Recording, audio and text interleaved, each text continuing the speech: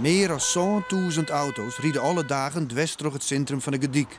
Daar komt een einde aan, nou hoe het eindelijk officieel met de aanlist van de zuidelijke Roenwei uiteenzet is. Een investering van 100 miljoen euro. Dat is voor de Gediek belangrijk omdat de veiligheid daarmee vergroot wordt. We gaan nu een groot deel van onze voorzieningen die lezen aan de ene kant van de diek, aan de andere kant waaien de mensen. Dus als ben ik naar sportclubs te gaan, dan moet ze altijd een gevaarlijke diek oversteken. En dan heb je een groot gedeelte van de verkeersstroom kan nou op een snellere manier bij de A7 komen. En dat vergroot de veiligheid in de Gediek. Ex-deputaire Poepjes is blij dat zij juist het start zijn van de nieuwe Roenwei Jaankin.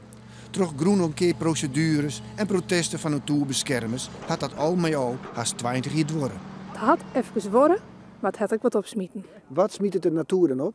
Dat er rekening houden wordt met het aparte soort beestjes dat hier libbert. En dan zit je dus aan modderkruipers te denken, de grutte en de liets, als ik goed geïnformeerd ben. Poelkikkers, dat zijn beestjes die, nou, daar zouden we er wel wat meer van hebben in Nederland. En we hebben ervoor zorgen dat hun manier van libben dat net in gevaar komt. Opluchting voor de Gediek dus. Maar de buurtbewoners reageren verdeeld. Zij is boer van de sluis, nog hield hij het lilk. Zijn pleets met van de Roenwei wieken. Maar tijdens zijn grote argwage had hij nog hield hij geen vergunning kregen om even verderop op een nij te beginnen. Zelfs wilde niet sissen, maar de buren hebben begrip. Om het kwaad te zeggen, omdat de gemeente net altijd zorgvuldig bezig geweest is. Bij horen bluwen de zwargen over het natuurlandschap. Of ze binnen huiverig dat de verkeersdrukte verschonen zal. Het nadeel is dat je dus vanaf de Leien om moet rijden. En er is daar een heel smal weggetje, de dwarsveert.